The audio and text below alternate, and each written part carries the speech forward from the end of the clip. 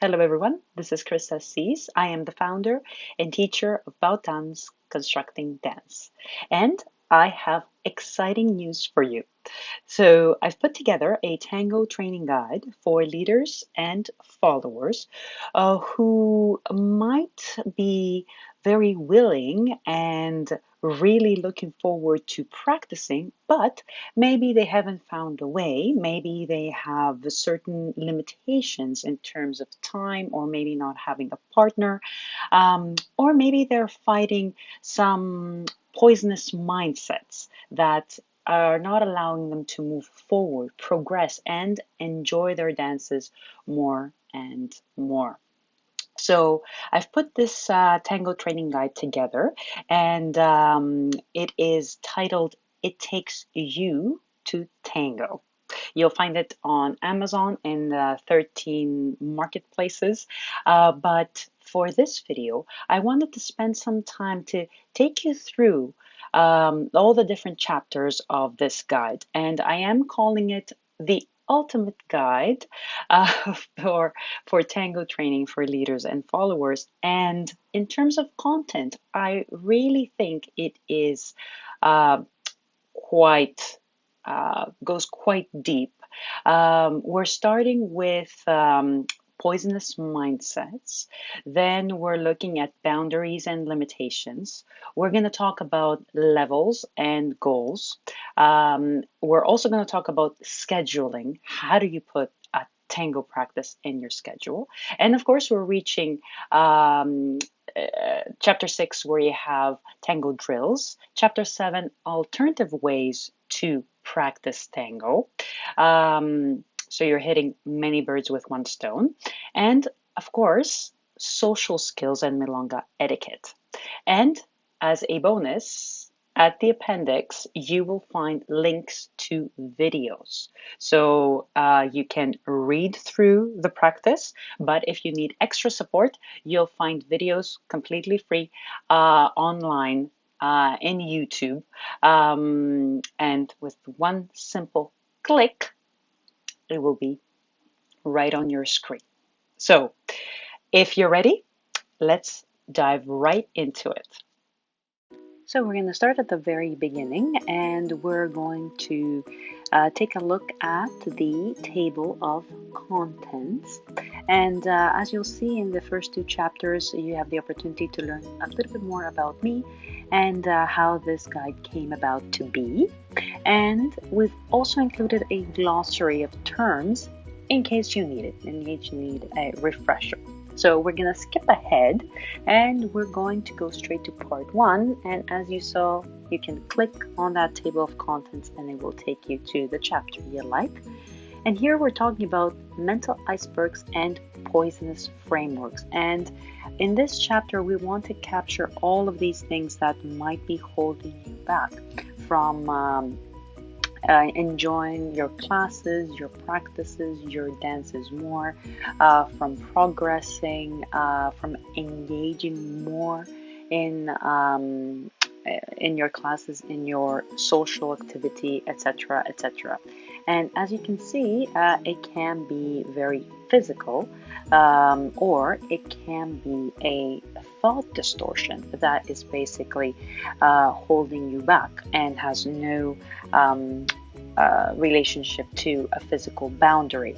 So we're taking a look at all kinds of mindsets that can become strong limitations or boundaries for you, and we're also looking at how we can change them to something positive and something healthy that can help with our training. In total, we have 14 of them. So it is a relatively long list, and it's all related to things that I have personally gone through, worked on with my students, or heard from fellow dancers and partners. And after those 14 poisonous mindsets, we're going to take a look at boundaries and limitations. And those can be physical limitations, like actual physical trouble that you might have. It might be time boundaries, it might be that you don't have a partner, or that simply you don't know where to start, which then takes us to levels. And you have a whole series of questions that can help you define your level, and also some potential answers to these questions that can give you an idea of whereabouts you are, basically. So you can see what level you're at, and then accordingly define your goals, which would be under part 4. And as you will see reading through it, your goals will change as your level changes, and or you might feel that you're in between or you're transitioning, and that of course changes and affects your reasons and incentives for practicing. So most of the times we need incentive and not so much reason, but you'll have to dive into the guide to learn more about it. If scheduling is a problem, I have 6 rules for scheduling that hopefully will help you put training on your calendar. And make things even simpler, a series of Tango drills. Now, the cool thing about this is that you can click on any of it and it will take you straight to the appendix video list. And then you can choose depending on what you were working on. Of course, the titles are related. And then once you click on any of them, it will prompt you to exit books and go over to YouTube right away and see that video. And of course, this takes us to part 7, which works in the exact same way, only now we're having other forms of movement, like walking through the park or things that you do in the gym that can help you hit 2 birds with 1 stone. And it works exactly in the same way. You click on the title and it takes you straight to the appendix. So let's skip ahead and take a look at part 8, where basically we're talking about social skills and all the trouble that we have, especially in the social environment of a milonga.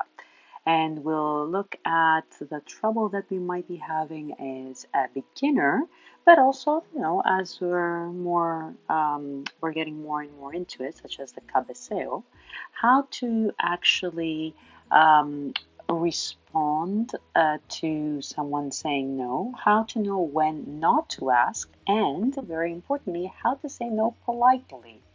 And some key no-nos, such as do not book tantas.